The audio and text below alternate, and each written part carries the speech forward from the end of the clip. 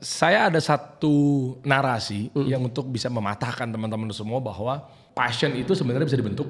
Pokoknya kalau kerja tuh usaha tuh harus sesuai dengan passionnya. Iya. Nggak bohong guys. Di tahun 2005 itu saya udah kenal sama yang namanya game of attention. Lu nggak akan dilihat orang, nggak akan didengerin orang kalau lu nggak muncul ke permukaan dan persepsi lu nggak dianggap di bidang ini, ahli di bidang ini dan seterusnya. Saya perintisnya 2 hal kan, tadi kan ingat ya? Perintis yang pertama adalah mengenai knowledge atau skill, dan perintis yang kedua adalah dari nol nggak punya duit. Justru saya memutuskan untuk menurut saya podcast haram, menurut saya duniawi ngapain dikejar. Makanya saya dagang aja nih. Oh itu begitu Kan jalannya. hijrah yang bablas Ya, di era itu tuh. Sebenarnya dia males.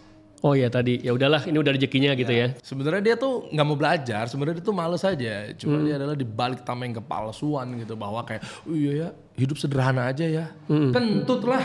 Oke, selamat datang berjumpa kembali di Pick Talk bersama saya Adriano Giovanni. Dan sahabat-sahabat, alhamdulillahirobbilalamin, siang hari ini kedatangan tamu istimewa. Beliau adalah seorang yang panjang berkarir di dunia cuap-cuap. Ya. Cuap-cuap ya. Podcaster, pernah jadi musisi juga, dan masuk juga sekarang beliau one of the best ya di industri yang kekinian lah, di podcast Kasih Solusi. Dengan subscribernya terakhir saya intip tuh 1,6 juta. Ya, udah jelas lah siapa beliau, dikenal dengan janggut kerennya, Mas Siap. Dery. Siap. Selamat datang Mas Dery. Selamat datang tetanggaku. Tetangga. Ternyata kita satu komplek ya. Bener, satu komplek. Iya. Alhamdulillah bisa ketemu. Tapi kayaknya biar lebih berasa sesuai dengan tampilan Mas. Siap. Assalamualaikum warahmatullahi wabarakatuh. Waalaikumsalam warahmatullahi wabarakatuh. Abis ini gue buka kajian nih kayaknya. Mas Dery, dengan berbagai macam karir yang tadi saya sampaikan dan pasti di notice juga oleh para audiens. Ya. Apa yang menjadi benang merah dalam karirnya Mas Dery? Yang pertama dan yang kedua langsung. Pernah nggak nyasar ke dalam satu profesi karir yang menurut Mas Dery ini sebenarnya nggak gue banget. Dan akhirnya balik lagi ke dalam satu benang merah yang sampai dengan saat ini itu adalah lapangan bermainnya Mas Dery. Siap. Oke, ini kita belak-belakan aja lah di sini pokoknya lah ya. Siap. Jadi sebenarnya gini, saya pribadi memang hidup di broadcasting ya. Jadi saya nggak pernah pindah industri, baik itu kerja sebagai karyawan, sama punya usaha sendiri. Jadi nggak pernah kita pindah-pindah keluar dari media. Makanya 2005 pulang sekolah itu udah masuk ruang siaran. Nah, kan kalau ditarik panjangnya kan sampai tahun ini, sampai sekarang ini kan saya juga punya perusahaan media juga kan ujungnya. Nah, terlepas dari itu akhirnya turunannya banyak ya. Ngurusin F&B juga, kita pegang alas kaki juga, Waduh. kita pegang travel umroh juga gitu. Itu turunan dari situ ya. Cuma memang muaranya, fundamentalnya itu selalu media. Nah, jadi ya penyiar radio lah sebenarnya ya. Saya penyiar radio, banyak belajar dari senior saya karena terinspirasi oleh Desta dulu ya waktu OTW ke sekolah. Tahun 2004, 2005 itu dengerin penyiar-penyiar radio pagi kan. Iya. Ya kan, saya ke SMA gitu saat itu ngeliat, kayaknya asik banget nih ya. Jadi penyiar apa segala macamnya. Nah, untuk yang kedua adalah pernah nggak jeblos ke industri yang berbeda atau sebenarnya bukan go banget? Oh ada lah. Oh. Ada. Yang pasti di luar dari announcing ya. Betul. Ya, presenting, announcing gitu ya. Radio announcer atau mungkin TV host gitu ya. Betul. Itu masih satu irisan lah. Iya. Itu saya suka sekali, I love it gitu. Betul. Maka di TV-TV saya jadi host juga apa segala macam itu. Nah, yang nyebrang apa? Tapi masih di perlayaran lah ya. Layar maksudnya layar kaca, layar bukan, kaca. bukan layar kapal gitu Bukan perahu layar ada ya. Tapi menurut saya ini waktu itu coba ngambil peruntungannya aja sih. Yaitu acting. Oh sempet. Sempet saya di sketsa Trans TV itu bareng sama Surya Insomnia, Adit Insomnia, Ya. Eza Yayang, ya, lupa lah, pokoknya banyak lah teman-teman yang ada di sketsa Trans TV ya.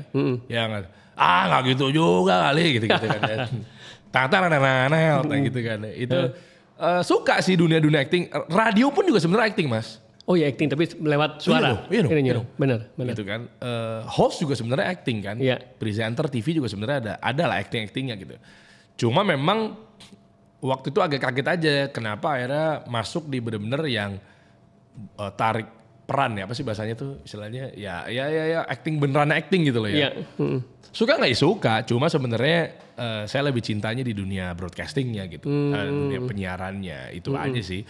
Pernah nggak waktu itu FTV lupa lah, begitulah. Iya. Pernah aja lah gitu. Betul. Kalau yang berhubungan dengan suara dubber, sempat nggak Mas? Atau sempat masuk ke dalam ranah itu nggak?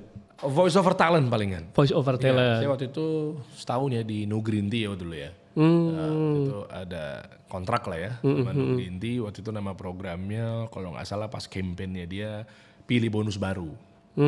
Waktu itu ada pilih bonus baru No Green Tea, begitu-gitulah. Itu nama campaignnya waktu itu sempat ke TV-TV juga kampanye itu gitu ya. Cuma memang bukan yang dubber, kalau dubbing yang apa ya, acara TV gitu ya. Betul. Sinetron apa segala macam sih enggak ya. Enggak ya. Gitu ya. Memang enggak kesana. Sebenarnya kan bagian acting juga kan, tapi waktu itu enggak ngambil atau mungkin pas rezekinya enggak dapat itu kalau nggak salah. Cuma kalaupun ada ya ambil juga sih. Betul. Nah, Mas Dari tadi sempat ternotis 2 kali tuh. Ada kata-kata pulang sekolah. Siaran ini pulang sekolah tuh pulang sekolah. Iya. Sekolah apa Mas maksudnya? Jadi gini, waktu di zaman saya SMA, saya masuk SMA, pokoknya saya lulus SMA tahun 2007 ya. Iya. Tapi waktu itu masuknya tahun 2003, 2004 lah sekitar segitu. Oke. Memang waktu saya kelas 2 SMA, di SMA 82 Jakarta ya. 82. Saya 82. Anak Daha ya? Daha. Wih. Anak Daha gitu, Jaksel gitu. Jaksel ya? Sekolah artis. Saya sekelas sama Acha Septriasa. Waduh. Sempat sebangku juga tuh sama Waduh, Acha. seger banget tuh terus. Jus mangga kali ya seger. Banyak lah waktu itu ya. Kawan-kawan di sana kan Gista Putri, Tia Inspirasi. Disebutin semua dah. Sebutin semua ya. Jus mangga, jus apa lagi. Nah, memang waktu itu di zaman kami saat itu, kan radio itu kan lagi digandrungin ya. Betul. Itu saingan tuh Mas. Jadi waktu itu sama-sama banyak radio yang ngambil hati anak-anak muda. Prambors bikin The Power of Putih Abu-Abu, Trax FM bikin High School Ambassador. Oke. Timnya atau mungkin staffnya Trax FM datang ke sekolah-sekolah untuk nyari diseleksi 4 orang. Waktu di angkatan saya ya. Nah, akhirnya saya, Inka Tama, Rinaldi, Naldi juga namanya. Jadi 4 orang ini nih. Nggak tahu waktu itu gimana dari OSISnya apa dari sekolahnya gitu nunjuk kita. Mungkin yang sering banyak tampil apa segala macam kali ya. Saya masih ingat tuh. Saya Inka Tama saya Inka, Naldi sama Naldi. Iya. Datanglah waktu itu ke radio. Penyiarnya waktu itu kalau nggak salah Semi Dita waktu itu. Oh, Semi basisnya Seringai. Iya, Dita Wahab ya. Kayak sekarang Dita udah fokus di bisnis. Nah, seleksi diambil 1. Saya dapet. Yang mewakili SMA. Jadi di SMA 6 tuh kalau nggak salah waktu itu ada Oscar, di SMA 82 ada Derry, di SMA 70 ada siapa, di SMA ini ada siapa, macam-macam lah waktu itu.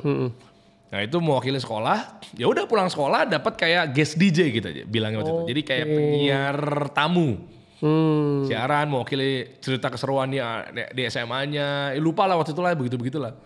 Ya, jadi kalau dapat jadwal kan nggak harus itu ya, kalau nggak salah itu tiap hari Rabu atau tiap hari Selasa gitu. Ya bisa jadi waktu itu yang bintangnya sekolah itu sekolah lain gitu loh. Nah saya mewakili sama 82.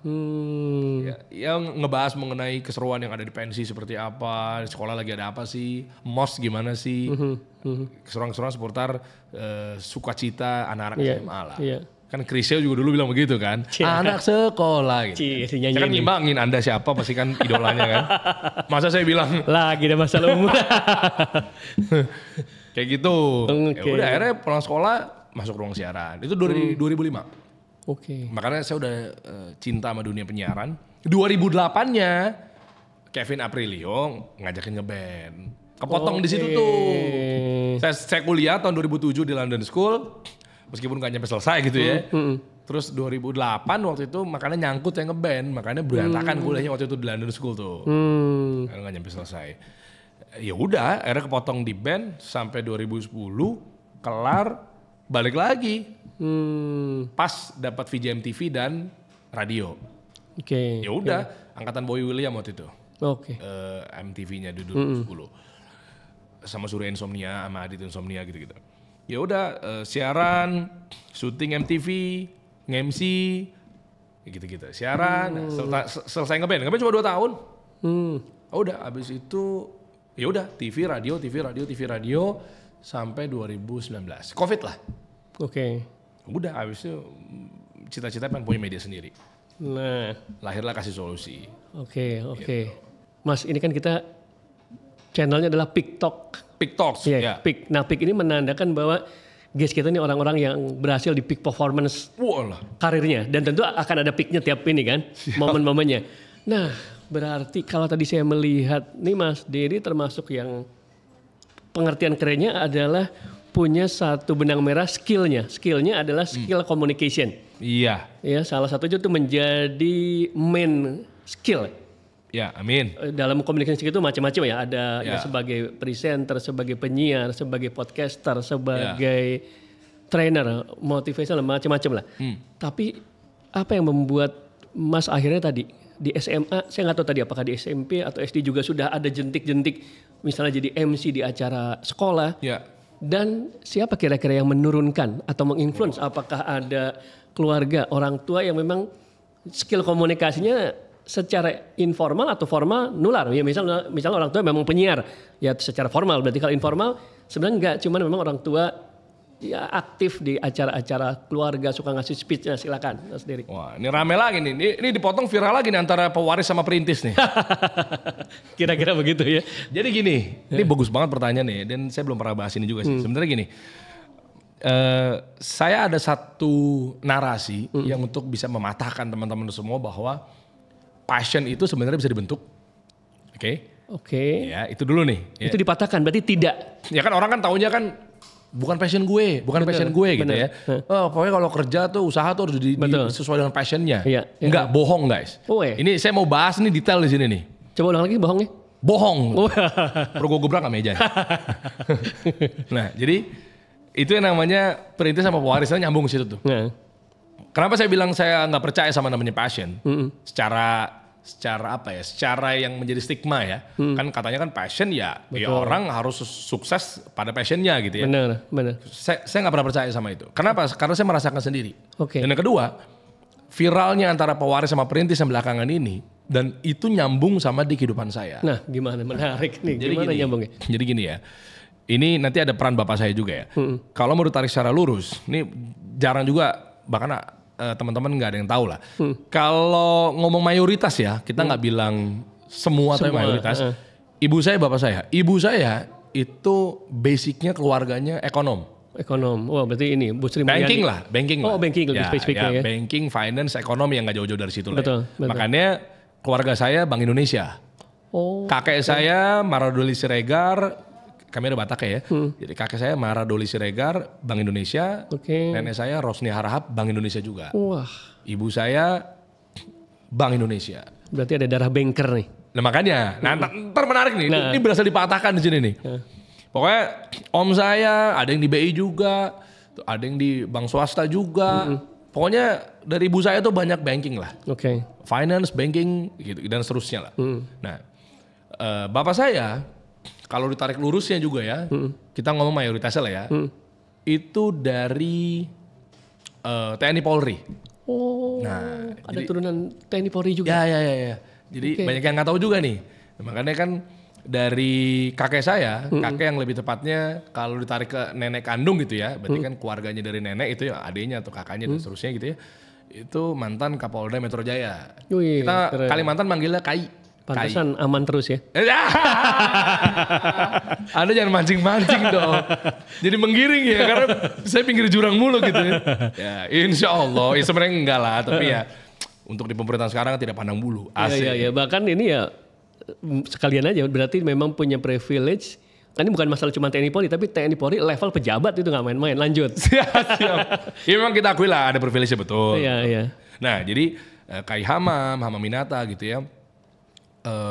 Dari turunannya juga adik-adik beliau dan seterusnya gitu kan. Ada juga yang Om Deddy Nata gitu di Bengkulu kalau nggak salah beliau Kapolres atau apa gitu ya. Dan seterusnya gitu ya. Mungkin kalau bahasa seberangnya lagi dari ini belum ada yang pernah tahu ya, tapi ini nggak apa-apa kita bahas di sini deh buat edukasi.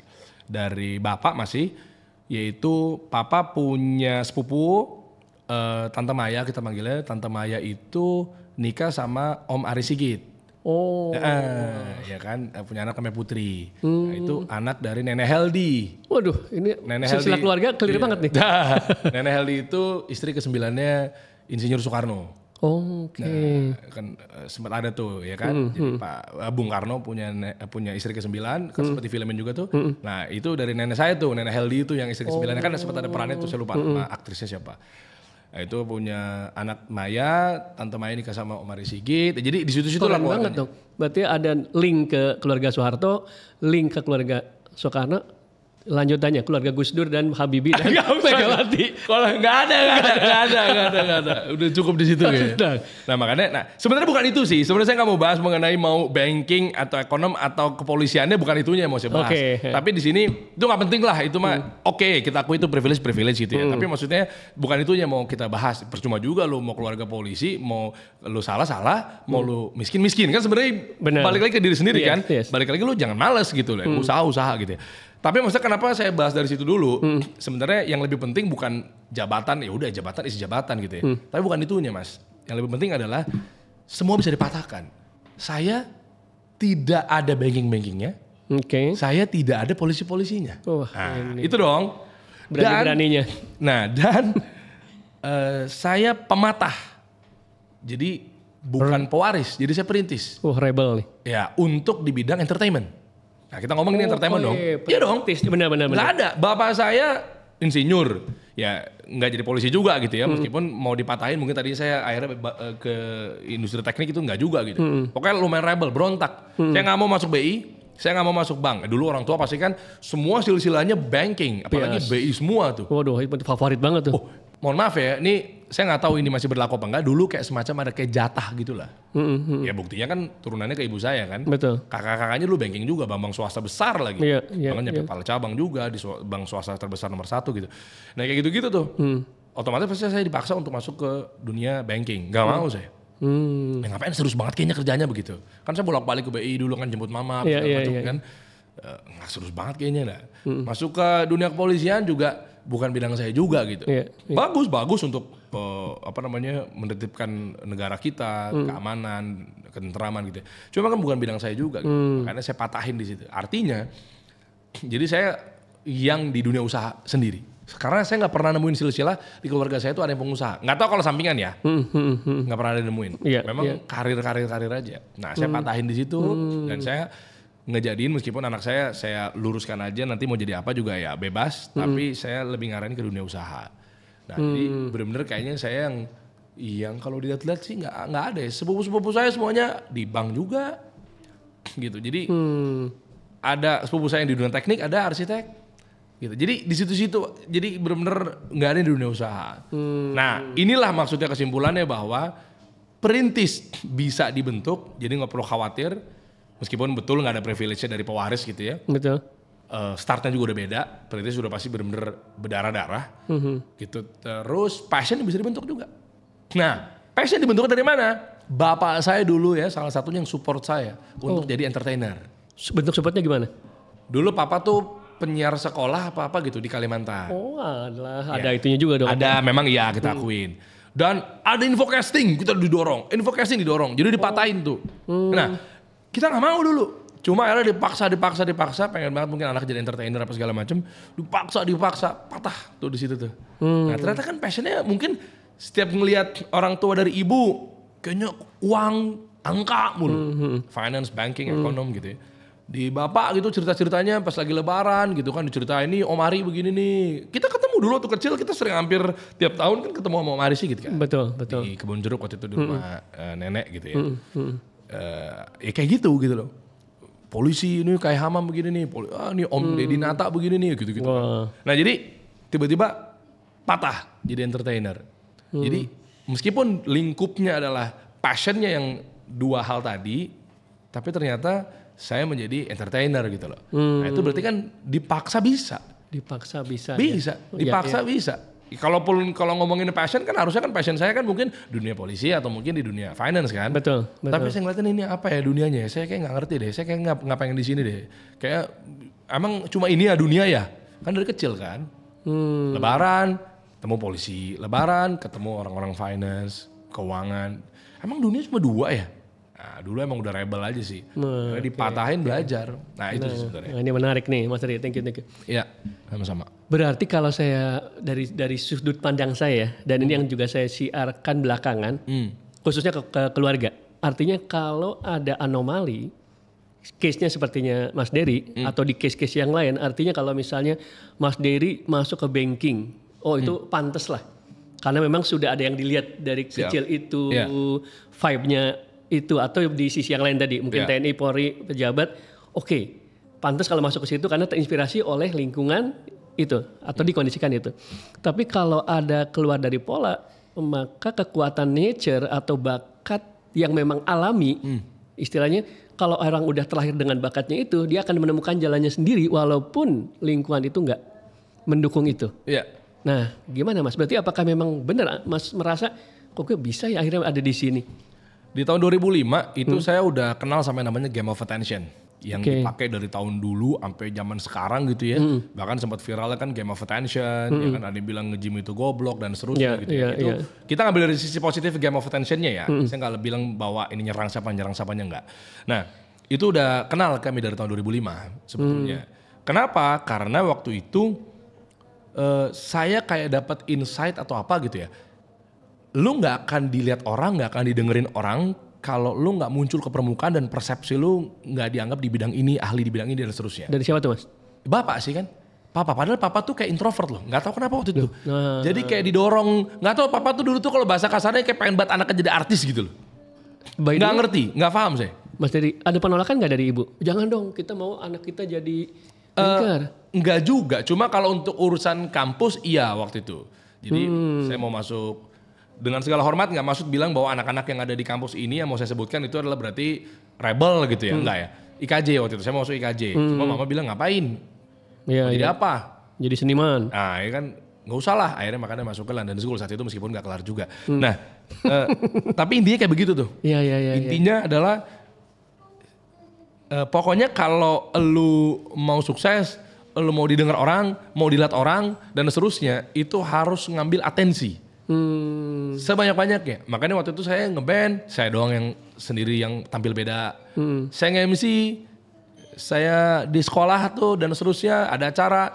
Lagi misalnya pensi. Tanya deh, saya nge-MC waktu itu di Crazy Cars, SMA 82 kan, pensinya kami sendiri kan. Crazy Cars tahun 2006, 2007 saya lupa. Di antara dua itu pokoknya. Namanya Unity ya lupa saya.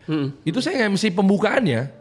Awal biasanya kan kalau dari pagi sampai maghribnya kan itu anak MC sekolahnya lah ya. Betul. Waktu itu pas maghrib ke atas, malamnya itu MC intinya adalah Bajai. Melki, Ade, Nisa gitu ya. Saya ingat banget. Itu saya MC sama Aca Septriasa. Berdua saya MC. Nah, Aca nge-MC dengan normalnya Aca.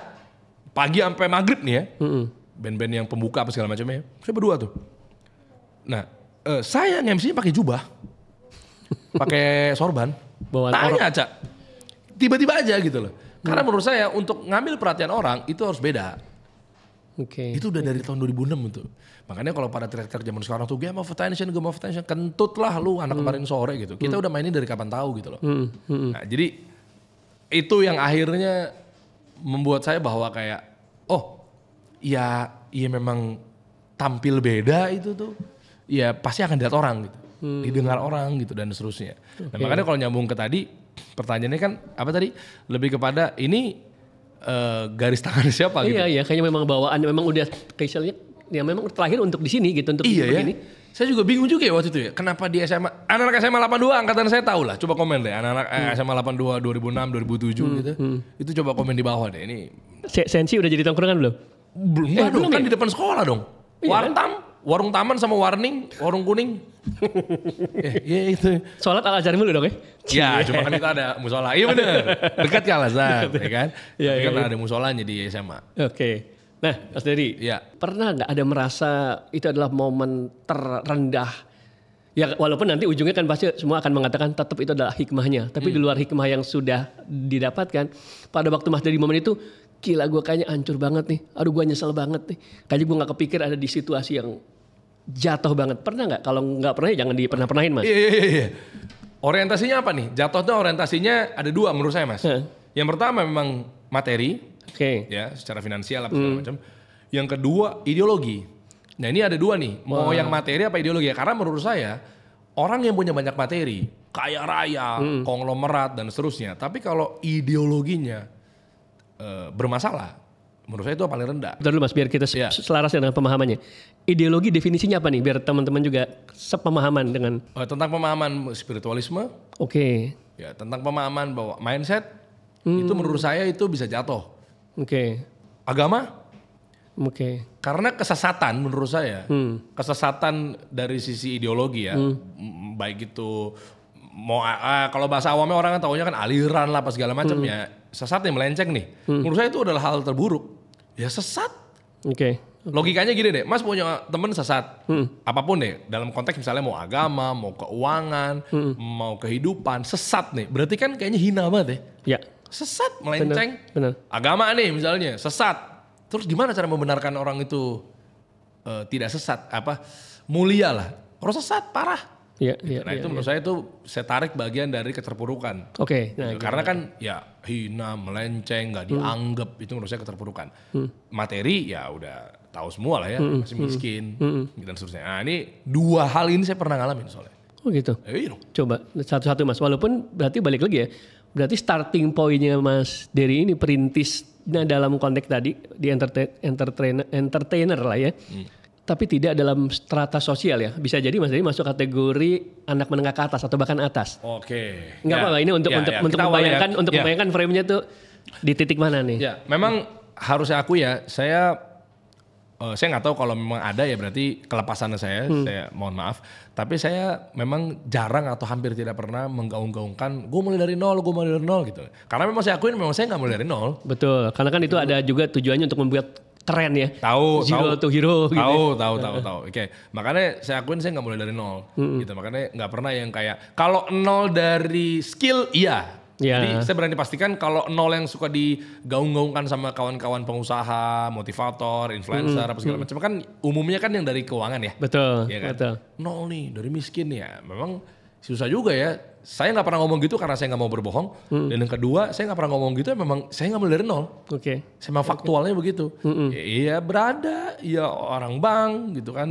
Ya dari keluarga dari bapak juga berada juga gitu ya. Sederhana lah, pas lah gitu. Nah jadi itu ya, jadi maksudnya kalau ditanya konteksnya adalah apa ekonomi gitu mulai. Boleh, ekonomi dan tadi ideologi ya? Ideologi. Oke, sip. Saya keterpurukannya hancurnya itu kalau dari sisi materi atau dari sisi keuangan itu bukan pada saat keluarga. Karena keluarga waktu itu tunjangannya di 2008 saya udah pakai behel. Wih, Nah behel itu kan 15 juta saat itu. betul. Mama saya di BI gratis. Oh, Lah oke. kan dapat Asuransi ini ya, coverage. iya kayak cover gitu kan Iya, dulu kan.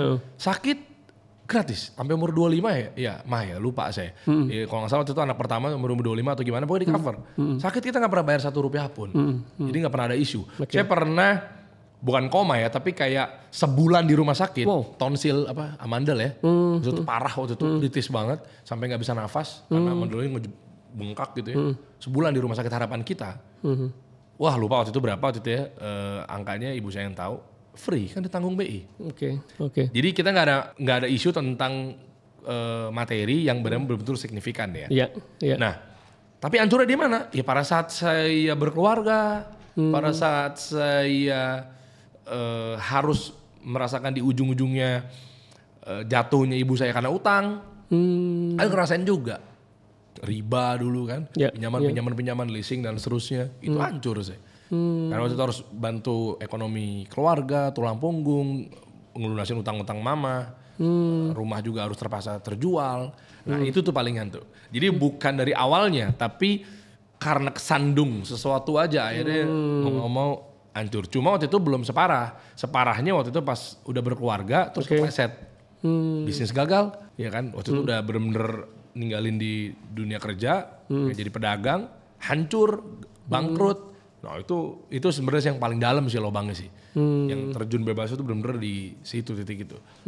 Karena waktu, jadi saya punya dua fase sih sebenarnya kehancurannya ya. Pada saat harus terpaksa bantu utang orang tua karena waktu itu udah parah banget. Kolektor lah, ke rumah lah, apa segala macamnya. Tapi kalau itu ada kerjaan kan? Yang ngeband, ya penyiar radio. Jadi bantu orang tua tuh dengan kelilit utang yang luar biasanya itu, sayanya kerja. Nah, waktu yang kedua, fase yang kedua sebenarnya lebih dalam tuh jatuhnya. Yaitu ketika saya udah nggak kerja, memutuskan untuk memberanikan diri untuk bikin usaha sendiri. 2016, 17, 18. Oke. Jadi ada 2007, 2008 sama di 2016, 17. Oke. Nah, itu sebenarnya sih yang hancurnya di situ. Ya bisnis gagal. Oke.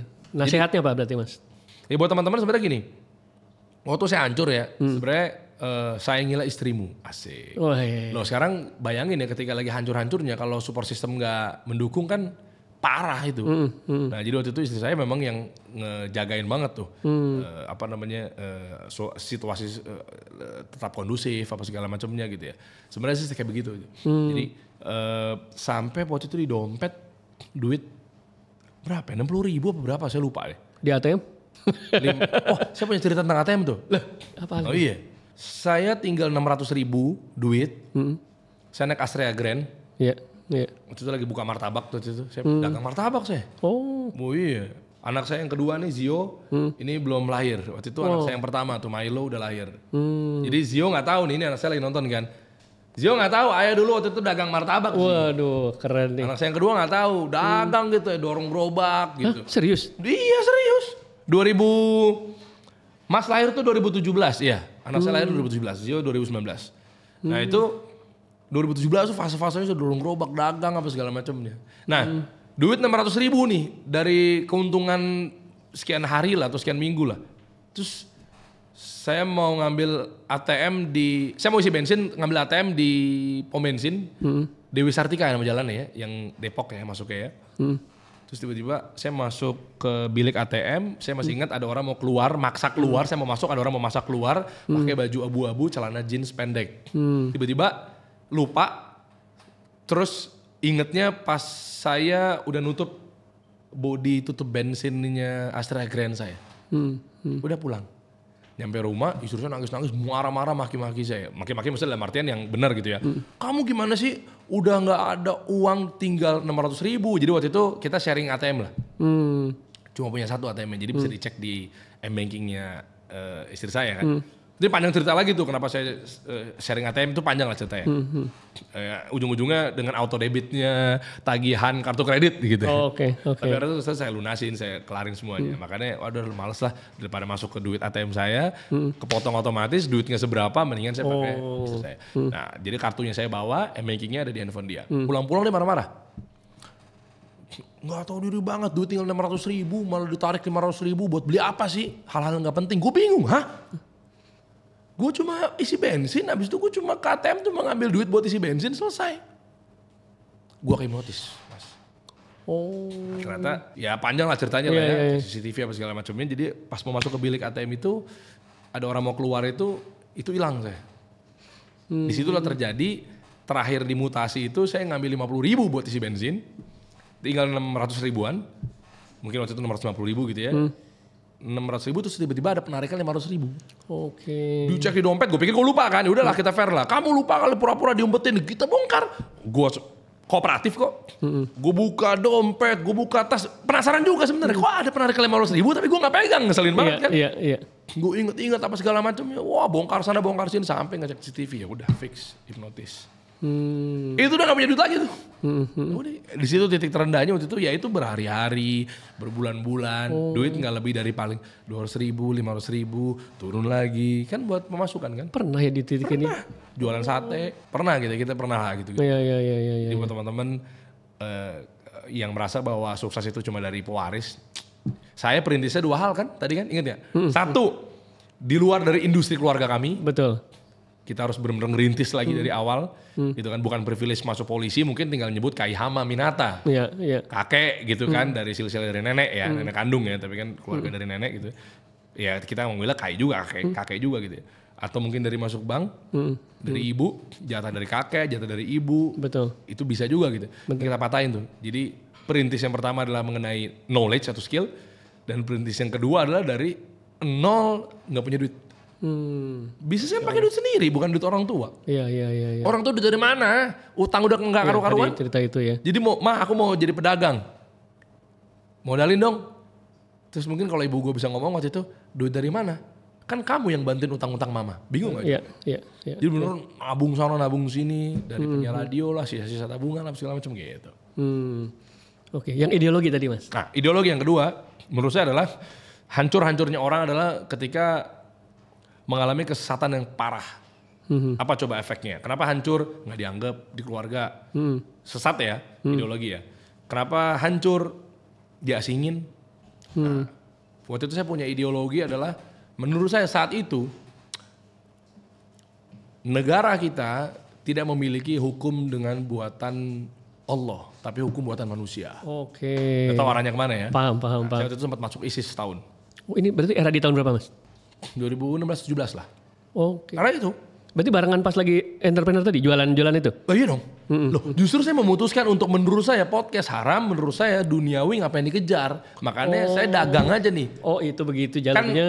hijrah yang bablas Ya. di era itu tuh. Ya, itu hijrahnya luar biasa tuh. Belajar tanpa ilmu, tanpa pemahaman yang benar apa segala macam ya. Nah itu gejolak-gejolaknya saya itu. Hampir mau berangkat tuh Suriah, anak saya yang kedua belum lahir, anak saya yang pertama waktu itu anak saya masih merah banget tuh, baru lahir, kita udah mau lagi modal semangat doang tuh. Nah itu benar-benar parah, karena waktu itu saya nggak tahu kan, kehijrahan ini menurut saya paling benar ya adalah ini gitu. Menurut saya waktu itu adalah penipu ulung yang bernama Abu Bakar al-Baghdadi, pemimpin ISIS. Sekarang saya bisa bilang dia penipu ulung. Dulu kan menurut saya itu ulama. Betul. Nanti ada perubahan sudut pandang melihat itu ya. Iyalah, penipuan itu ISIS. Waktu itu saya masuk bablas. Wah itu juga seru tuh ceritanya tuh. Semua keluarga saya kafirin. Ibu saya kafir, istri saya kafir, bapak saya kafir. Jokowi kafir saat itu ya. Wah kan pemerintahan kan 2016 kan Pak Jokowi saat itu. Nah itu menurut saya tuh akhirnya panjang lah ceritanya kan. Akhirnya saya masuk di grup Telegram, saya pengajiannya ngumpat-ngumpat rahasia. Gitu. Terus masuknya harus berbaiat dulu sama Abu Bakar al-Baghdadi. Dan saya bersumpah bukan antek-antek Jokowi, kafir. Itu kan suruhannya begitu kalau mau masuk grupnya. Saya bersumpah tuh, saya bikin voice note tuh. Saya bukan antek-antek kepolisian, saya bukan begini, macam-macam udah dulu. Akhirnya saya masuk dalam, ngaji. Akhirnya ternyata semua salah, gue doang yang paling benar. Semua kafir, semua neraka, gue doang yang masuk surga. Akhirnya begitu di puncak, kok saya gak punya temen ya? Nah, makanya saya bilang itu kesesatan paling parah dan jatuh ideologinya. Gak harus materi kan? Betul. Karena semua ada nemenin saya. Gak punya temen, diasingin. Jadi kan jadi gini teman-teman, gak harus sisi ancur itu dari sisi materi. Iya. Sisi keterpurukan. Kalau yang hidup saya, jadi saya udah tahu betul lah tentang dunia ini seperti apa sih. Betul, pasti ada yang lebih parah daripada saya, tapi insya Allah 20 tahun saya berkarya itu saya udah tahu betul lah. Jadi saya udah tahu bahwa ini motivator gadungan, ini oknum, ini pengusaha abal-abal, ini pengajar yang asal-asalan, kita paham. Karena 20 tahun tuh asam manis sepet itu udah kita rasain. Iya. Jadi kita jalannya menang tuanya tuh udah bener-bener lika-likunya luar biasa. Jadi kita paham lah, ada future finance namanya, cryptocurrency. Lengkap ini ya kita udah tahu lah. Jadi game of attention udah kita mainin dari kapan tahu. Kita dibilang begini, dibilang begitu. Jadi insya Allah kita benar-benar praktisi. Nah gitu kalau keren banget. Terus jadi masuk ke atau bikin kasih solusi, triggernya apa Mas? Pemicu awalnya? Kalau ditarik yang tadi salah satunya. Kenapa? Karena waktu itu saya memutuskan untuk tanda kutip nggak serius dengan bangun bisnis karena terpapar aliran sesat. Jadi menurut saya ngapain dikejar-kejar banget. Nah orang waktu itu saya tutup begitu aja, hancurin begitu aja dalam tanda kutip ya. Iya. Udahlah kamu pulang semua karyawan, saya bayar pakai loyang. Kan usaha martabak, ngapain gue kejar dunia. Oke. Sampai ini nyambung nih. Sampai segitu ya? Ini 20%-nya lah. Kenapa akhirnya saya bikin kasih solusi. Anggaplah kalau dibagi rata, misal ada 5 pilar gitu ya. Iya. 20%, dan seterusnya. 20%-nya adalah salah satunya karena memang membalikkan atau membalas budi untuk bantu UMKM. Nah nyambung tuh. Untuk bantu UMKM dari sisi waktu itu saya pernah menelantarkan para UMKM atau mungkin orang-orang kecil yang pengen ngambil peluang, ngambil cuan di dunia bisnis atau industri perdagangan saat itu kan. Martabak, sate, apa segala macam. Nah itu makanya akhirnya saya merasa berdosa, merasa bersalah. dengan privilege yang ada, dengan kenal sama banyak penyiar, ya kita akui lah ya, maksudnya kayak Solusi juga medianya, podcastnya juga nggak mulai dari nol banget. Betul. Karena narasumber-narasumber yang dipanggil kan orang-orang yang kita udah kenal. Betul, hasil network selama bertahun-tahun berkarir ya, puluhan tahun bahkan. Iya kan, siapa waktu itu awal-awal kasih Solusi itu? Kenapa tiba-tiba teman-teman kaget? Kok ada media baru ngundangnya Indra Bekti? Kok ada media baru waktu itu? Kita ngomongnya awal-awal ya, saya lupa lah. Pokoknya scroll aja ke bawah tuh. Kok ngundangnya ini, ngundangnya itu gitu. Karena memang ya teman-teman dari presenter, teman-teman dari penyiar dan seterusnya. Nah itu sih sebenarnya yang akhirnya kasih Solusi lahir. Saya pribadi terutama ingin membantu para UMKM. Plus waktu itu kan eranya COVID kan? Ya, Nah, COVID jadi 2020 narasinya ya. kami bertiga sebelum Om Deddy Kobusier masuk loh ya. Ya. Saya, Renat, Halid, Bakadam gitu yang punya Dream Tour atau Dream Group gitu ya. Nah, itu karena narasinya sama. Jadi udah kita campur adukin nih.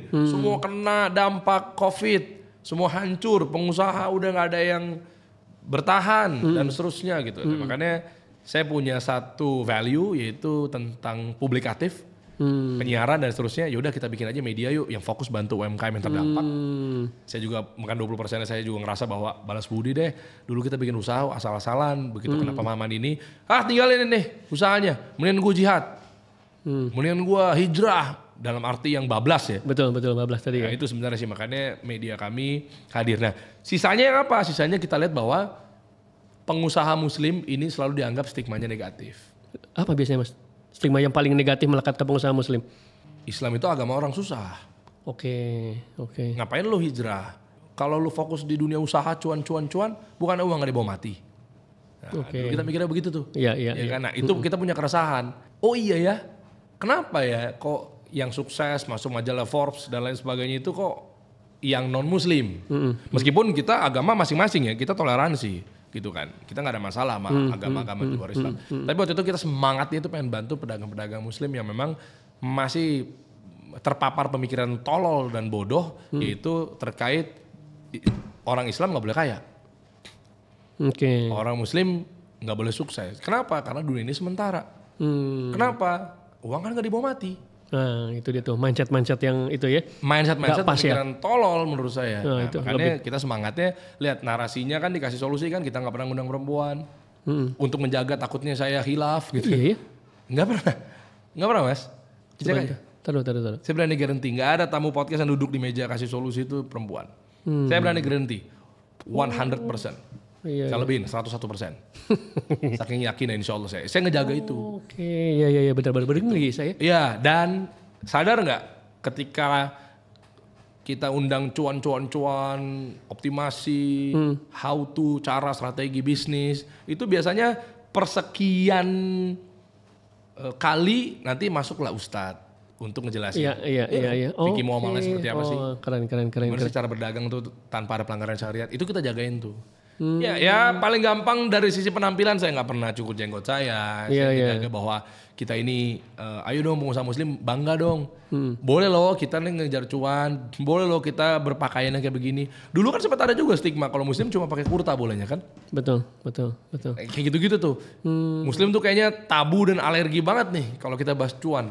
Ya. Nah itu sebenarnya semangat kasih solusi itu sebenarnya di situ. Makanya pilar-pilarnya kita jaga. Bahkan boleh dicek, Om Deddy Kobusier dirilah nama kita.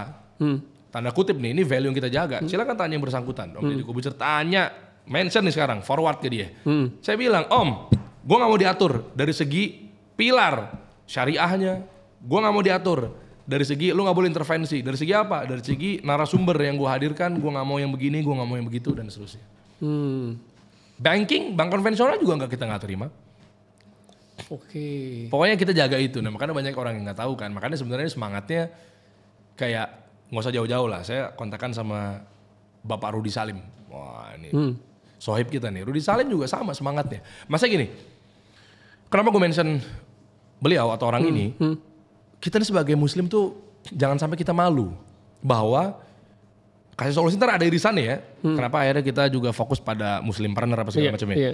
Jangan sampai kita malu sama agama kita sendiri. Pedagang sukses. Setuju banget. Buktinya Rudi Salim aja yang mungkin tanda kutip ya berbeda atau berseberangan dengan kita, justru dia ketemu sama gua, ngobrol, teleponan kemarin kita lama, apa coba? Der, gua ngeliatin ya, kayak stigma-stigmanya gua pengen coba bantu nih. Tuh lihat, padahal berseberangan sama kita. Gue coba bantu gimana caranya pengusaha-pengusaha muslim nih nggak ada stigma lagi yang kaya makin kaya, miskin makin miskin. Rudy Salim. Wah keren dia untuk toleransi terhadap agama gitu ya. Kok orang yang notabene-nya Chinese kok mikirin sebegitu ada stigmanya bahwa kenapa sih pengusaha muslim itu harusnya keren dong, sukses dong tuh Rudy Salim. Terus kita sementara mau ngegas, terus kita malu-malu, minder, apa segala macamnya. Ayo dong. Iya. Nah itu sih sebenarnya sih. Ini konteksnya maksudnya nggak harus Rudy Salim ya, tapi siapapun itu ya. Ini karena kayak saya lagi intens. Insya Allah mau buat sesuatu aja sama dia gitu. Masya Allah. Ini keren banget nih Mas. Jadi kalau bicara tadi kebanggaan tentang keislaman kita, kemusliman kita, ini juga menjadi concern saya pribadi. Jadi di pertengahan tahun kemarin saya dapat amanah ketika lulusan putra saya sebagai ya katakanlah pembicara atau mewakili. Nah salah satu yang saya mention adalah anak-anak sekarang itu merasa kalau taat dalam berislam itu nggak keren, jadi malu. Oh iya. Jadi ada kata-kata gini, kayaknya kok taat banget sih. Padahal itu cuman hanya sholat 5 waktunya aja. Lagi kongko, lagi nongkrong, gue mau sholat dulu ya. Itu tuh gitu tuh. Iyalah. Lalu taat banget. Astaga. Padahal bukan cuman sih ya. Tapi lu cuman pamit sholat zuhur. Itu Mas. Makanya itu lagi kita gebrak ya. Itu lagi kita dorong. Makanya kenapa anak saya kayak Zio sekarang ini ikut serta gitu. Jadi gimana tuh Mas? Kacamatanya nggak kacamata kuda Mas. Saya nggak lagi bilang bahwa orang tua saya gagal, nggak. Tapi dulu yang kami tahu kan Islam begini udah. Iya kan? Islam dagang cuma boleh. Dagang dalam arti yang negatif misalnya ya. Ya kan ya kayak cuma boleh ya udahlah bersyukur lah. Ya udahlah dapat segini ya alhamdulillah lah. Betul itu bagus. Tapi akhirnya begitu mau eskalasi kan kita nggak boleh kaya. Kita harus sederhana, qanaah, zuhud gitu. Nah, terus yang kedua adalah kita tahunya dulu kan ingat nggak dunia saya kan presenter. Nah, kalau saya nggak ahli di bidang martabak, saya nggak harus paksain untuk dorong gerobak martabak. Saya pikir tuh podcast haram, saya pikir tuh Islam tuh kayaknya nggak boleh kayak bermedia gitu loh. Nah makanya saya ajak anak-anak saya, kadang suka saya switch kan. Hari ini harinya Zio, nanti kemarin harinya Milo. Saya punya 4 anak nih, terutama cowok-cowok lah ya, yang biar melek lah. Kalau yang anak saya yang terakhir kan cewek, umur 1 tahun ya udahlah cewek gitu. Ya sebagaimana cewek, ya udah begini. Nah, kalau yang terutama laki-laki, lu jangan males. Ini begini nih kerja ternyata ada loh dunia lampu begini. Oh dulu kan kita kan saya nggak bilang semua ya. Tapi yang udah muslim tuh cuma boleh BBM ya. Kalau katanya Edwin Jody ya BBM nih. Kalau kata abang-abang kita apa coba bolak-balik masjid. Cuma boleh bolak-balik masjid gitu ya. Ya kan tadi kan cuma boleh pakai jubah doang segala macam. Nah ternyata ada loh dunia kayak begini. Boleh loh. Anak-anak saya juga International Islamic School gitu. Bukan berarti kita nggak mau masukin pesantren. Nanti akan adanya pesantren boleh-boleh aja gitu. Tapi ternyata Islam itu boleh berbahasa Inggris loh ya. Boleh mentas acara tahunannya di panggung tuh dengan menggunakan bahasa Inggris loh. Boleh pinter matematika. Loh iya nok. Boleh kritis. Iya. Iya. Saya lesin anak-anak saya tuh bahasa Arab, bahasa Inggris, robotik. Wah lengkap ya. Kayak gitu-gitu tuh. Ya kan? Ya AI dan seterusnya gitu. Jadi itu yang kita pupuk dari sekarang bahwa kita bangga dong harusnya dong gitu. Makanya kita lagi gaungkan sekarang belakangan ini adalah Muslimpreneur ya. Muslimpreneur. Kita lagi gaungkan itu sih sebenarnya sih bahwa jangan sampai, nah ini menarik, ada narasi yang menarik nih lagi kita kencengin nih. Jangan sampai sebenarnya kita ini adalah kelihatan soleh tapi sebenarnya adalah itu tameng kepalsuan. Nah ini dia, apa contohnya? Cuman kelihatan soleh. Sebenarnya kelihatannya bukan dari sisi negatifnya, tapi adalah sebenarnya dia males. Oh ya tadi, ya udahlah ini udah rezekinya gitu ya contohnya. Oke. Sebenarnya dia males, dia bodoh nggak mau belajar, dia tolol secara mindset. Gitu. Tapi maksudnya adalah sebenarnya dia tuh nggak mau belajar, sebenarnya dia tuh males aja. Cuma dia adalah dibalik tameng kepalsuan gitu bahwa kayak, oh iya ya hidup sederhana aja ya, kentut lah, udahlah gitu loh. Maksudnya sederhana gitu kan. Ya nih betul lu kalau mau bersyukur di ranah itu yang udah monggo nggak apa-apa juga gitu. Cuma jangan sampai akhirnya dunia kan sementara, tapi istri anak lu disesatkan sama lu, hidupnya susah, hidupnya miskin gitu. Nah itu yang akhirnya kita lagi mau ngeramasin si belakang ini, makanya gue lagi nyerang suami-suami gadungan di sini. Ini apaan lagi tuh? Suami-suami gadungan itu apaan? Suami-suami akhirnya cuma bilang di rumahnya tuh kita ini hidupnya sederhana, pas-pasan, alhamdulillah bersyukur gitu. Bohong mbak, ini gue bongkar aja deh. Sebenarnya dia malas laki lo. Kita lagi nyerang suami-suami gadungan nih.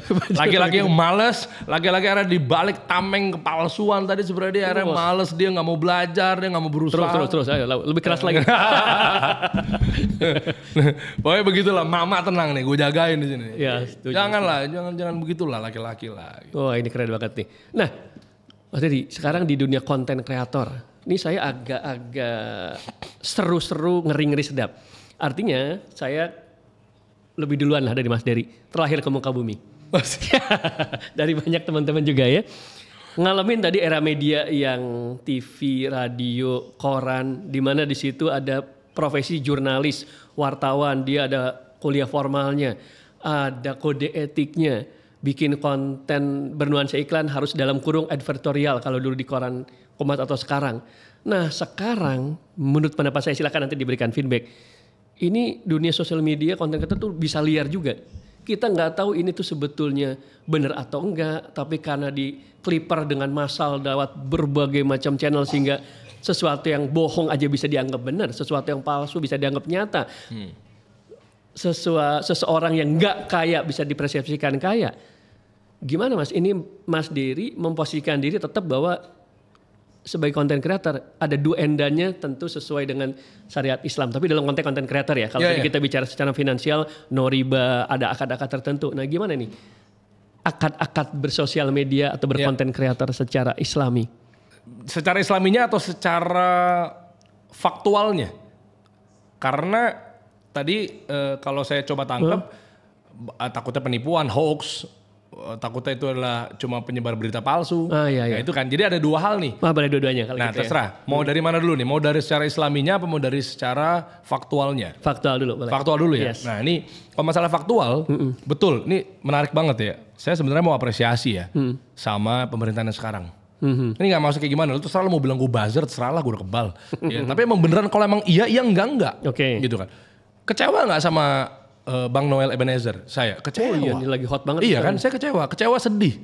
Sedih lah arti sayang ya, maksudnya kan kayak seperti itu. Tapi saya nggak maksud untuk menyerang apa segala macam, enggak. Kita biar gimana pun juga dia pemimpin kita gitu. Yang harus kita support, kita taati dan seterusnya. Tapi saya kecewa gitu. Jadi biar fair aja nih. Betul. Gitu kan? Karena pernah saya undang ke podcast juga. Kalau memang begitu benarnya adanya ya beritanya. Tapi di sisi lain saya apresiasi di pemerintahan Pak Prabowo sekarang gitu ya. Ternyata bentuk apresiasi saya coba berikan kepada Bang Menteri Teguh Rifki. Bang Menteri Ekonomi Kreatif dan juga Mbak Wamen, wakil menterinya Ekonomi Kreatif yaitu Mbak Airin Umar. Nah ini menurut saya ini duo combo yang luar biasa nih menurut saya. Kenapa? Ternyata era bersosial media untuk menepis berita hoax, faktual, tanpa merasa hormat ya, saya nggak tahu kalau di pemerintahan sebelumnya sudah digalakan atau belum. Gitu. Yeah. Sekarang ini beliau punya program bareng sama Raffi Ahmad. Tentunya juga akhirnya ya alhamdulillah saya juga dilibati gitu dalam hal ini. Untuk konten kreator ini dipayungkan. Biar apa? Biar outputnya ini sehat.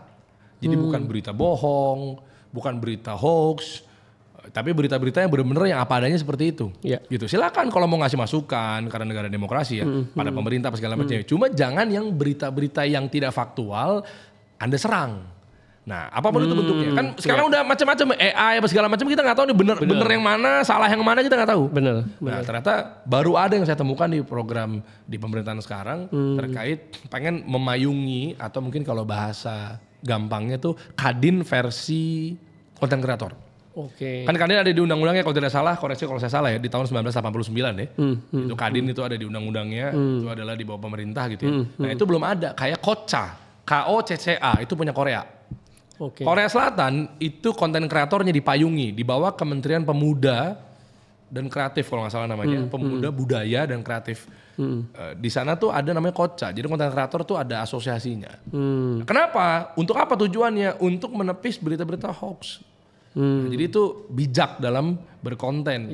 Nggak cuma begitu ngelihat anak-anak Gen Z kan ngelihat poster ada background putihnya, kasih kata-kata, percaya. Nah, iya gampang Padahal banget. nggak baca caption, nggak telusuri dulu. itu dia. Nah, itu lagi mau dirapin sama muaranya sebenarnya sih saya mau apresiasi sama sahabat saya Raffi Ahmad ya. Karena kan Raffi itu beliau itu di utusan khusus presiden di generasi pemuda kan. Nah itu idenya. Idenya dari Bang Menteri, Raffi, saya, Mbak Erin Umar, Wamen gitu, sama Pak Dasko gitu, dan Pak Prabowo tentunya ini pengen konten kreator dipayungin. Sehingga ya lu juga dapat konsumsi konten-kontennya juga yang benar-benar yang faktual gitu. Ya, nggak benar, salah-salah. benar. Itu dari sisi yang faktualnya. Nah kalau dari sisi Islaminya tuh dari sisi yang mana mau kita bahas? Dari sisi yang ada pelanggaran-pelanggarannya. Iya, betul. Banyak contohnya. Sebenarnya nyambung nanti yang pertama ya. Itu apa? Kita nggak tahu tuh karena konten kreator asal bablas terima endorse, akhirnya ternyata dibaliknya yang kita promosi adalah akun judol. Nah, benar. Nah, yang kemarin sempat ramai satbor ya. Ya kan joget, promosi judol kepleset. Ya, judol kan pelanggaran syariat Betul. dan seterusnya. Yang kedua, yang juga lagi kita pengen edukasi juga. Kenapa sih kalau mau viral tuh harus joget-joget pakai baju seksi? Kan konteksnya tadi kan Islami ya. Betul. Ya, kita nggak lagi kita toleransi aja. Ya lu dengan konten lu ya gue juga nggak mau nyerang secara personal apa segala macam ya. Mau ngomong gue aja. Cuma kalau ditarik ke konteks Islami, Betul. saya mau ngasih tau ke teman-teman semua, ternyata viralnya meskipun kita ya udah harganya saling menghargai aja ya. Yes, Saya nggak lagi nyerang apa-apa gitu ya. Tapi kalau di Islam gitu kan viral itu nggak harus dengan joget-joget pakai bikini kan. Viral itu kan nggak harus. Kenapa pakai bikini? Cuma disebut pakai bikini. Lah kan menurut kami kan kalau konteks Islami emang boleh pakai bikini di umbar-umbar auratnya Jangan kan pakai bikini, pakai celana pendek aja. Ini jangan dipendekin lagi dong mas. Iya kan? Nah kayak gitu-gitu. Sebenarnya itu juga kita jagain. Makanya kan konten-konten tadi balik lagi ke media kami dikasih solusi untuk menjaga tidak ikhtilat. Untuk menjaga tidak bercampur baur. Pandangan-pandangan mantap akhirnya saya jadi kena fitnah. Makanya lebih baik saya tidak mengundang perempuan ke dalam podcast saya. Sudah gitu. Nah ini membuktikan juga bahwa kan banyak juga kan konten-konten kreator baru memulai. Kayaknya banyak ini nggak boleh, itu nggak boleh, ini nggak boleh. Kayaknya susah banget berkonten lah. Buktinya kita dengan satu bidang aja, satu bab aja mengenai tidak bercampur baur, satu ruangan, berdua tatap-tatapan, 4 mata sama lawan jenis, bisa kok kita nyampe titik ini atas izin Allah gitu loh. Gitu. Wah keren. Itu baru satu bab tuh ya. Wah. Nah Mas Dery tadi kesebut tentang anak. Ya. Sekarang apa yang Mas Dery sudah nasihatkan atau akan nasihatkan terkait berkonten atau menggunakan gadget atau layar lah dalam bentuk apapun di TV atau kan agar itu tetap mantap untuk pertumbuhan anak-anak dan tentu dalam kaidah secara Islam. Saya tidak anti sama gadget buat anak-anak. Yes. Ya kan? Meskipun nggak pernah ada yang saya kasih handphone secara ini milikmu nggak ada sama sekali saya beli. Itu selalu handphone saya sama handphone istri saya. Kayak sekarang Zio itu kan. Saya kasih handphone saya tentunya ya. Saya kasih gitu ya. Nah, saya tidak pernah melarang karena saya tahu betul bahwa ini ada 2 mata pisau ya. Yang pertama adalah jangan sampai dia nggak tahu dunia. Ya kan kayak begitu gadget haram, nggak boleh. Nah, akhirnya jadi bom waktu di kemudian hari kan. Ketika dia taunya oh ada benda mati, oh ada makhluk namanya gadget. Akhirnya kan jadi bablas kayak macan keluar kandang. Terus turunannya apa? Lanjutannya saya juga terinspirasi dari Om Deddy Corbuzier. Yaitu terkait tanda kutip ya, membebaskan ke Aska dari kecil tentang gadget.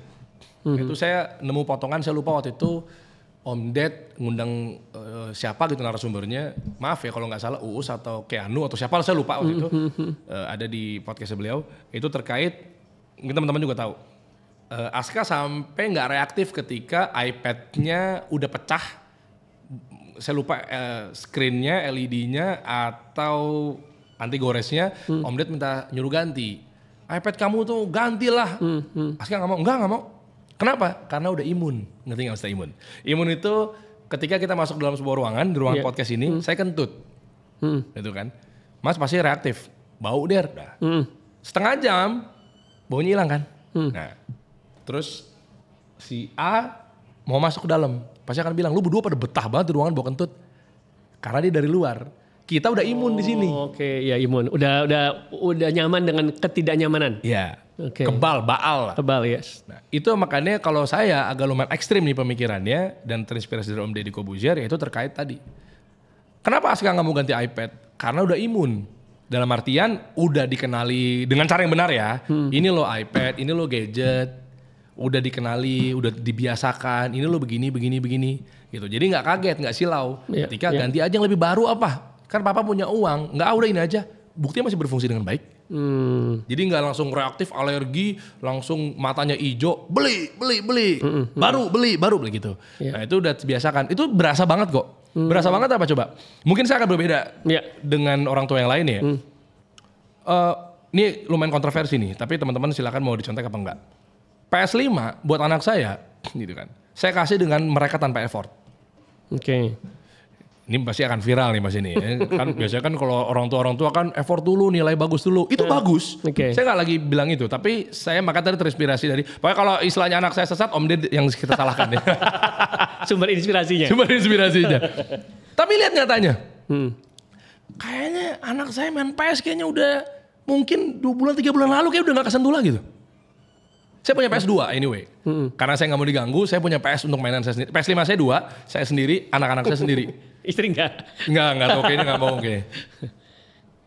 Sampai nanya, saya kayak PS, ini nggak dimainin nih, ayah jual ya, oh jangan, nggak dimainin. Imun. Nah, gimana bisa imun? Lah saya nggak tahu, makanya saya bilang. Jangan-jangan ada nasihat. Ya, itu untuk how to-nya ya? Iya, khawatirnya nanti kalau teman-teman langsung plek, wah gue terinspirasi nih apa Mas Dery, gue coba no effort. Tapi ada miss activity yang tidak tersampaikan yang membuat baik tadi Mas Dedi ataupun Mas Dery membuat dia jadi punya kesadaran yang akhirnya jadi si imun tadi timbul. Nah, apa tuh? Pertanyaannya bagus. Nah kalau saya itu selalu pasti, nggak mungkin enggak lah. Masa inspirasi nih. Oh biar dia imun nih, biar dia udah tahu nih, ya kan? Akhirnya jadi kemana-mana kan, suruh anak masukin diskotik aja nih, nauzubillah jadi kayak begitu kan? Biar dia tahu nih, gitu kan banyak kan kita pernah denger lah, parenting gaya-gaya orang tertentu, orang tua tertentu kan, suruh ngerokok lah, nauzubillah lah ya, biar dia tahu apa segala macam. Saya sih nggak kayak gitu, tetap betul ada kaidah-kaidahnya, betul. Kita bahas dari mana? PS, kita kasih tahu, ini ayah kasih, tapi kita jaga yang pertama pasti secara syariat, mainlah yang memang permainan-permainan yang bukan ada pelanggaran syariatnya. Kan kita nggak tahu kan, ada game-game seksi misalnya, dengan lawan jenis tentunya ya. Ya. Terus juga mungkin dengan game-game yang disinyalir mungkin ada perjudian misalnya, itu kita kasih tahu. Pokoknya libatin, ini hal yang boleh, itu hal yang mubah apa segala macamnya, tapi tetap ya Milo, Zio, Kairo gitu ya, anak saya gitu saya kasih tahu, tetap kamu main tuh Allah ngeliat. Tetap kayak begitu-begitu. Tauhidnya tetap. Oh iya, kita jagain sampai sekarang. Ya maksudnya silakan dites anak-anak saya lah. Mau tanya apapun, mau soal tauhid, mau soal akidah, insya Allah. Ya tentunya dengan peran sekolah pasti lebih banyak ya. Kalau gitu saya titip anak saya biar ngaji di situ. Mau bayar berapa per bulan? Ya gitu kita tetap dijagain. Nah ini kayak tadi nih, ini sekarang nih anak saya kan daripada ntar gimana-gimana kan dia suruh nunggu tetap belajar, saya kasih handphone saya yang satu lagi. Tetap insya Allah nih kalau mau diintip-intip, dia lagi main shorts nih YouTube. Mungkin silakan dicek aja. Itu pas lagi ada yang, mohon maaf nih misalnya ada cewek-cewek yang seksi apa segala macam, pasti reaktif respon langsung refleks swipe. Itu kita jagain. Hati-hati. Kamu nonton kayak begini, gitu nonton. Tapi kan pelanggarannya A, B, C, D, F, G. Keren. Dan ada yang nggak lebih tidur. Ayah mungkin lagi tidur, kamu bisa nonton. Tapi Allah nggak pernah tidur nontonin kamu. Kita mainnya kayak begitu. Dia udah tahu lah, insya Allah udah autopilot begitu ada tek, apapun bentuknya lah. Swipe. Itu untuk gadget ya, kan tadi konteksnya gadget kan. Ini beda sama kita ya, sama yang di rumah ya. Begitu set, ya Allah astagfirullahaladzim baru. Nah, saya kasih tahu nih buat para istri. Apa nih? Kan istri suka bilang, pandangannya dijaga gitu kan. Bener. Jaga tuh pandangan. Iya begitu gua nge-swipe, bapak-bapaknya nih. Set. Ketemu tuh yang wow. Kamu nih. Kata mama suruh jaga pandangan ini, aku jagain. Dipantengin ya, jaga dipantengin. Kalau suruh ngejaga, ini aku lagi ngejaga pandangan deh. Biar gak kemana-mana gitu. Tuh bapak-bapak tuh, jangan dicontoh tuh. Gitu. Ya begitulah, pokoknya tetap kita jagain. Siap. Kaidah-kaidah syariat, mau ngapa-ngapain, ini begini, ini begitu. Yep. Iya, insya Allah ini juga pasti ya lah. Saya apresiasi buat para bapak-bapak di luar sana ya. Kalau ngejagain anak-anaknya bukan berarti dikekang, itu pasti kayak begitulah. Ya untuk dari sisi Islamnya apalagi ya. Ya macam-macam, terutama mungkin yang anak kecil kan gak usah terlalu yang heavy lah ya. bahasa-bahasa yang larang-larangannya kan. Oh ini begini apa segala macam enggak. Tapi yang minimal secara fitrah manusia lah. Ini lawan jenis, ini begini apa segala macamnya. Ini nggak boleh dilihat ya, apa segala macam. Kita pelajari lah, kita tuntun. Jangan sampai kan dia kaget juga kan. Iya. Taunya kayak semuanya serba kacamata kuda gitu loh. Taunya akhirnya pecah di kemudian hari bom waktu. Naudzubillah, kita nggak pengen juga. Iya. Wah ini lengkap banget Mas Dedi. Mulai dari ngomongin karir, puncak karir, bottom karir kehidupan, plus ada sedikit bonus parenting nih. Siap. Nah sekarang Mas Dedi. Malah parenting seadanya aja itu mah. Kalau dijadikan satu kesimpulan terkait karir kehidupan sampai dengan masa sekarang sudah punya tadi 4 putra putri. Oh iya, jadi saya punya 3. 4. Jadi 4 itu umurnya beda 2 tahun semua lah. Kalau diringkas ya. Diringkas pakai diringkas. 8, 6, 4 menuju 2. Presisi ya, berarti nanti akan emang sebentar lagi lahiran lagi berarti. Pengennya begitu. Nih Mas, ini nggak tahu ini kalau ada dokter coba komen di bawah deh. Saya udah keliling-keliling ya. Istri saya 4-4 sesar. Oke. Nah, jadi katanya sesar tuh cuma boleh maksimal 4. Bahkan begitu denger 4, sesar. Ada sebagian dokter bilangnya 3 harusnya. Lu udah 4 ya, kok bisa? Gitu. Padahal dokter loh yang ngomong. Karena dia bilang 3. Nah, begitu udah 3 aja, begitu kita mau push lagi tuh saya cari dokter fatwanya boleh 4. Nah, sebenarnya saya sama istri saya tuh pengen punya anak sebanyak-banyaknya. Serius nih? Totally sebanyak-banyaknya. Ini tanya istri saya deh. Saya begitu mau ijab kabul aja sama bapaknya dia nih, atau sama walinya dia atau siapapun itulah ya. Saya mau ijab kabul, itu saya bilang sama istri saya, orientasi saya menikah punya anak sebanyak-banyaknya tanpa dibatasi, kecuali udah qadarullah. Saya bilang begitu. Mau 12, mau 20, karena saya cinta banyak keturunan, saya cinta sama anak-anak, saya ya nggak tahu lah, ini bukan hal yang beda sih ya. Emang suka anak kecil, suka punya banyak keturunan saya di mana-mana dan seterusnya. Nggak pernah dibatasin. Tanya istri saya. Mau 7, mau 6, kita punya anak 3 ya nggak? Nah, makanya mentoknya sesar katanya bolehnya 4. Sementara sampai mungkin nanti ada teknologi terbaru. Sampai detik ini kalau ada dokter-dokter tapi dengan ilmu yang benar ya, jangan dirumuskan ya. Komen di bawah. Validasi itu biasanya berapa sih? R&D itu 1.000. 2.000. Anggaplah 1.000 ya. Anggaplah 1.000. Kalau ada 1.000 komen, dokter lo ya, dengan di bidangnya ya, 1.000 komen, gue bawa ke istri gue, dan gue bawa ke rumah sakit. Gue akan bikin anak lagi. Masih 1.000 lo ya. Sesar boleh 5. Dengan konkret yang bener lo ya. Lu saya berharap, ambil detik ini Mas. Sampai detik ini saya masih berdoa, depan Ka'bah saya berdoa. Gimana caranya sesar tetap, kan kalau udah 4 kan sesar terus pasti kan. Iya. Meskipun ada yang bilang kalau sesar bisa normal, tapi kayaknya tuh anak pertama sesar, anak nggak tahu nih ada mbak biasanya ada yang sesar, ada yang boleh normal, katanya ada begitu kan, tapi boleh berapa? 1, 2 gitu ya. Kalau udah 4 sesar katanya 4 seterusnya sesar semua ya, katanya begitu tuh. Makanya saya nggak tahu tuh kalau mungkin ada teknologi induksi apa namanya, saya kurang paham lah ya, pembukaan apa segala macam bisa normal, atau mungkin sesar lagi. Katanya rahimnya tipis kan, katanya kan kalau udah disasar terus-terusan kan. Kalau yang boleh saya kan guys, makanya saya nggak pernah kata-kata yang negatif. Menurut saya pabrik di stop, pabriknya udah tutup gitu, saya paling anti itu panjang untuk omongan jadi doa atau law of attraction ya istilahnya sekarang kan, jadinya kan afirmasi malah jadi doa dan seterusnya. Saya nggak pernah ngomong. Jadi kalau misalnya omongan lagi sama istri gitu kan, nambah lagi kayaknya asik nih, boleh nggak sama dokter? Ini udah ikhtiar belum? Kita nggak pernah kayak pabrik tutup, tau. Makanya saya juga kurang suka sebenarnya sih. Ini buat ibu-ibu, terserah lah lu mau nyerang gua apa enggak. Jangan lah ngomong-ngomong pabrik udah tutup, nggak lagi, no way, apa sih biasanya bahasa-bahasa gitu tuh. Terserah lah ya. Pokoknya nggak lanjut lah, udah selesai lah ya. Karena kan itu kan bagaimanapun juga rezeki kan. Betul. Ya itu makanya saya sama istri saya, jangan ngomong-ngomong pabrik udah tutup, jangan ngomong-ngomong udah stop. Kita bilang amin, insya Allah. Amin. Apalagi kayaknya asik nih istri saya refleks, boleh nggak gitu. Nggak ada yang kayak, nggak ada, udah di stop. Wah, asik banget. Kita spiral nih. Kita nggak gitu-gitu tuh. Wah, pengen punya Mas, doain Mas 17 kalau perlu nih. Amin. Pengen lihat juga nanti kita samperin. Amin insya Allah. Bang Dey tadi, satu lagi tadi. Berarti kalau dijadikan satu benang merah tentang hidup Mas Dery secara total, apa benang merahnya sampai saat ini? Wah, benang merahnya dari sisi yang mana ya? Makanya hidup nih saya open nih. Boleh. Udah. Boleh deh, sekalian ada edukasi di sini ya. Yaitu dari sisi ilmu. Jadi saya pernah posting juga ya, baru-baru ini malah. Karena saya reaktif sama kata mulai aja dulu. Wah, saya lihat banget tuh. Lihat kan? Menyesatkan Itu saya reaktif sekali. Oke. Jadi kalau mau dari konteks pelajaran hidup kan luas ya. Mau dari sisi agama, sisi duniawi, sisi parenting, sisi keuangan itu kan banyak. Jadi nggak habis-habis sebentar saya keluarinnya. Tapi mungkin kalau ada kesempatan ngomong di sini yang saya lagi gaungkan adalah tentang ilmu, ekonomi dan seterusnya, bangun UMKM itu ya. Karena kan kalau mau dicocoklogikan sama media saya kan itu kan. Betul. Boleh. Kesempatannya saya pakainya gini. Saya sangat sensitif sekali sama orang yang ngomong mulai aja dulu. Karena saya mulai aja dulu bangkrut. Makanya saya dendam sampai sekarang tuh. Dendam arti positif ya.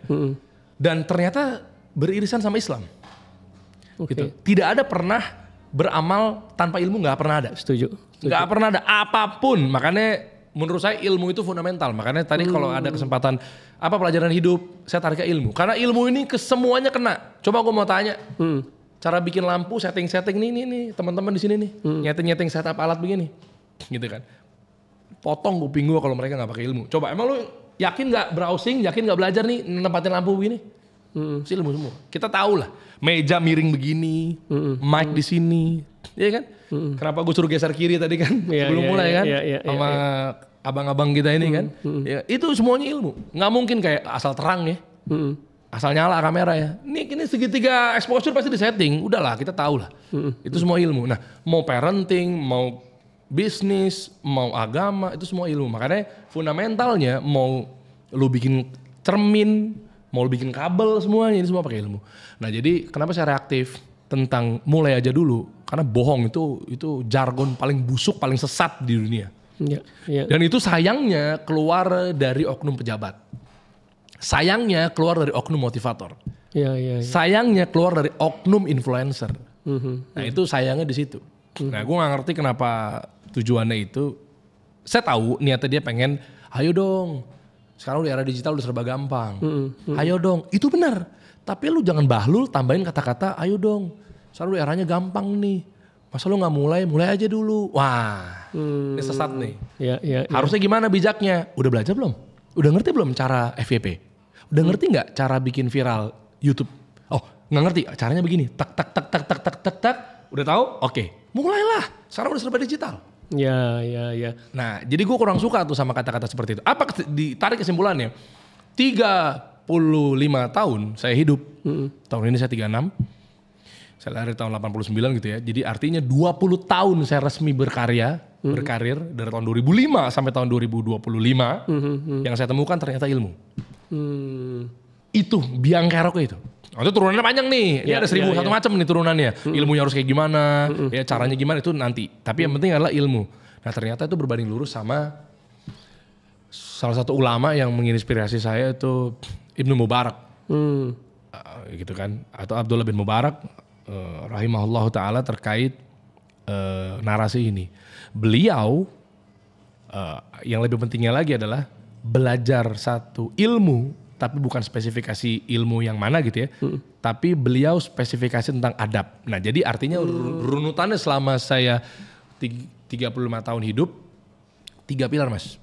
Nah, ini kalau mau sukses catat teman-teman semua. Nah itu dia. 3 urutan, 3 pilar, 3 milestone, 3 timeline atau apapun itu penyebutannya. Paling ujung adalah amal, sebelum amal ilmu, sebelum ilmu adab. Ini di Islam udah diatur sebenarnya. Belajarlah adab dulu karena lebih penting daripada ilmu. Belajar ilmu dulu sebelum beramal. Jadi tidak ada kita beramal sebelum ilmu dan tanpa adab. Nah 3 perjalanan ini kalau didalemin, insya Allah jadi orang sukses. Masya Allah. Nggak mungkin ada yang kepleset nih. Orang ilmunya tinggi, ya kan? Ngerti cara beramal kan maksudnya aplikasi ya. Pengaplikasiannya kan beramal, bahasa di Islamnya kan beramal. Amal itu sebenarnya how to kan. Perlakuannya, caranya, eksekusinya gitu kan. Ya itu semuanya amal tuh maksudnya. Nah, lu percuma ilmunya tinggi, ngerti cara eksekusinya, tapi lu gak punya adab. Dan saya gak pernah nemuin orang-orang sukses di luar sana yang kaya raya itu pincang dari 3 ini. Silakan cek. Gitu. Ada yang adabnya tinggi tapi nggak punya ilmu, nggak ngerti cara eksekusinya, boncos juga. Ada yang ilmunya tinggi nggak punya adab, tinggal tunggu kehancuran. Ada yang adabnya oke banget, ilmunya tinggi, tapi nggak ngerti cara ngamalinnya gimana. Nah ini matriks yang luar biasa menurut saya 3 ini. Dan balik tarik mundur ke belakang, apapun bidangnya, apapun industrinya, punya 3 pilar ini, itu pasti jadi. Pasti jadi ya. Iya. Atau cek, sebutin nama-nama orang yang jadi yang sekarang ada di top paling atas, top Marco top, pasti 3 pilar ini dikuasai. Contoh aja, sekarang kita ngomongin tentang konten kreator ya, usaha ya. Lu cek Raffi Ahmad deh. Ini biar irisannya aja nih, ya kan. Lu mau cek tentang dunia yang lain, industri yang lainnya ya kita kan sebut bareng-bareng. Iya, iya. Ya mau stand up komedian kayak, mau konten kreator kayak, mau perbankan kayak, mau parenting kayak. Nah ini dalam hal ini yang pembahasan kita kan adalah tentang konten kreator yang dari tadi kan, cuan. Ya, kita lihat aja. Ini bukan karena saya dekat sama Raffi Ahmad juga ya. Ini silakan Anda cross check komen di bawah coba. Ya, kalau memang tadi ngomong top Marco topnya kan, kita udah akui lah barang-barang. Iya, Salah satunya ya, kita nggak bilang dia nomor satu-satunya adalah Raffi Ahmad tuh deh. Banyak diakuin sama Om Helmi Yahya juga kok, berkali-kali saya nonton. Sering banget denger. Itu udah adabnya begini, ilmunya begini, pengamalannya begini. Itu udah josnya manusia tuh. Nah lihat, kalau bahasa manusianya nggak pernah turun-turun dari dulu sampai sekarang. Lamanya di sini terus. Wah, itu orang tuh, aduh ya ampun, WA nggak dibales, Wah, telepon selalu diangkat. sama saya juga ke Bang Dery selalu dibalas ya. Kasihan, tapi pasti ada miss-missnya kalau saya sibuk ya. Karena sibukan saya gini, mohon maaf nih, Raffi, Prabowo, Dery. Wah, Paling tinggi ya. paling tinggi sih sibuknya gue kayaknya. Ya begitulah kurang lebih mas. Iya, iya, iya. Jauh-jauh. Untuk menutup nih teman-teman, sebetulnya semoga tidak direspon panjang, Siap. tapi tepat sasaran. Boleh. Bukankah untuk menjadi pribadi yang memiliki adab yang baik juga butuh ilmu? Berarti ujung-ujung semua adalah tentang ilmu. Oh iya ilmu. Betul ya? Ibnu Mubarak itu belajar selama menuntut ilmu itu kan 36 tahun. Koreksi kalau saya salah Ustadz ya. Ibnu Mubarak. Rahimahullah ta'ala. 36 tahun. 30 tahunnya belajar adab. Wow. Paling panjang, paling alokasi Iya. waktunya terbesar. Iya. Betul. Nanti ujung-ujungnya pasti kan adab bisa berjalan ilmu lagi kan. Ilmu khusus adab maksudnya. Tapi ujungnya betul ilmu. Tapi kalau mau dipretelin lagi ilmu untuk adab. Nah jadi 6 tahunnya tanda kutip lain-lain. Iya, Itu iya, iya. pentingnya. Nah, tapi kalau diambil kesimpulannya ilmu. Baik, alhamdulillah. Terima kasih banyak Mas Dery Sama-sama, Mas. hadir dan sharing. So teman-teman selalulah jaga semangat mencari ilmu kita dan insya Allah tadi di bidang apapun kita bisa mencapai peak performance kita. Terima kasih, sampai berjumpa lagi.